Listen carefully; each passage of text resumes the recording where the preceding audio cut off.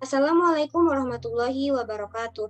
Perkenalkan, nama saya Fatimah. Saya dari Prodi Pendidikan Agama Islam, Universitas Singapura Bangsa Karawang. Saya akan mempresentasikan serta menjelaskan macam-macam ilmu hadis serta sejarah perkembangannya. Materi pertama adalah sejarah perkembangan pembukuan hadis Nabi Shallallahu Alaihi Wasallam. Masa ini hadis masih dilarang untuk ditulis karena Nabi mengarahkan semua upaya untuk fokus menulis pada firman Allah.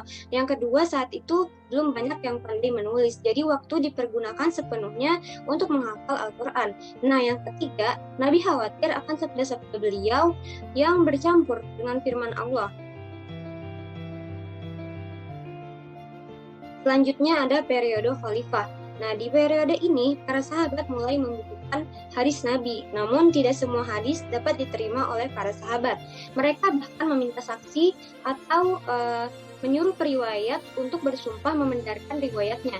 Semua itu dilakukan karena para sahabat takut apabila hadis dibukukan akan menjadi pegangan kuat dan perselisihan pun terjadi.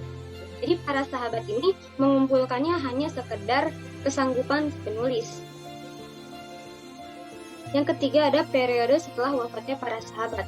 Nah, di periode inilah banyak terjadi pemalsuan hadis. Untuk itulah kita harus tahu dan memahami apa saja ilmu hadis agar kita dapat memilah dan membedakan mana hadis yang sahih, mana hadis yang hasan, dan mana hadis yang dhaif. Lalu ilmu hadis dibagi menjadi dua, yakni yang pertama adalah ilmu hadis riwayah dan yang kedua adalah ilmu hadis diroyah.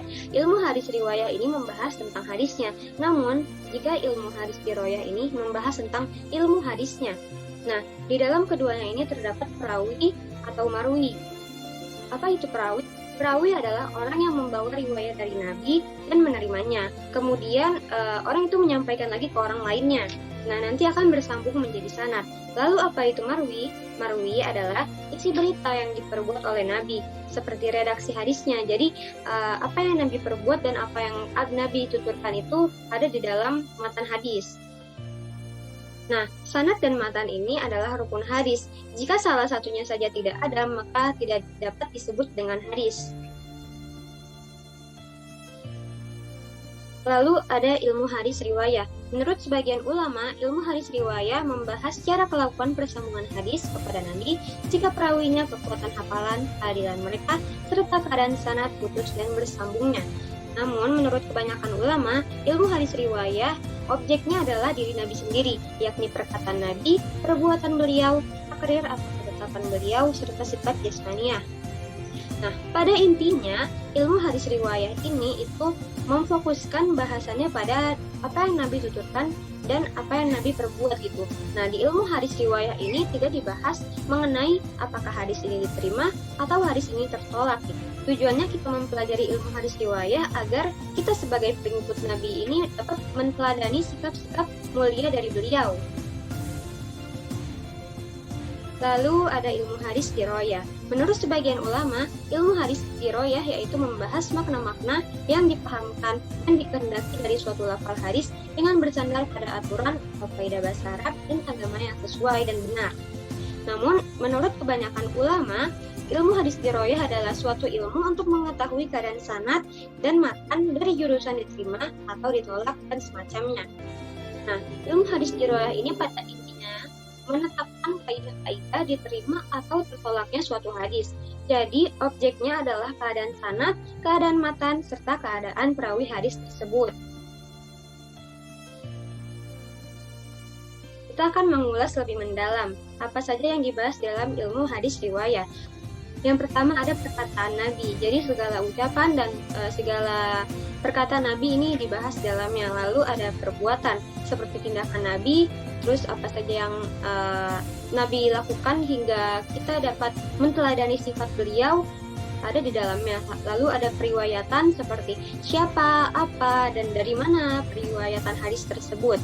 Terus dilanjut dengan batasannya dan redaksinya. Jadi kita membahas ilmu hadis riwayah ini tanpa meneliti apakah hadis ini diterima atau ditolak. Lalu selanjutnya yang dibahas di dalam ilmu hadis diroyah. Yang pertama ada hakikat riwayat. atau bisa disebut dengan penyandaran hadis seperti telah mengabarkan kepada kami si fulan gitu dan semacamnya. Lalu dilanjut dengan syarat-syarat seperti metode para perawi ini menerima periwayatannya itu seperti apa gitu. Kan ada yang dari ijazah atau dari dibacakan oleh gurunya dan semacamnya. Lalu dilanjut dengan macam-macam seperti apakah periwayatan tersebut bersambung atau mutasil dan apakah periwayatan tersebut terputus atau munqatil gitu. Dilanjut dengan hukum-hukumnya yang seperti tadi sudah saya katakan, apakah hukum hadis tersebut dapat diterima atau tertolak. Lalu ada keadaan perawi serta syarat mereka. Nah, jadi di dalamnya ini dibahas dari segi keadilan perawinya atau ketidakadilan perawinya gitu. Serta syarat-syarat mereka untuk menjadi seorang perawi gitu. Dan segala sesuatu yang berhubungan dengan itu. Mungkin itu saja yang saya dapat sampaikan, kurang lebihnya mohon maaf. Wabillahi taufik wal hidayah. Wassalamualaikum warahmatullahi wabarakatuh. Terima kasih.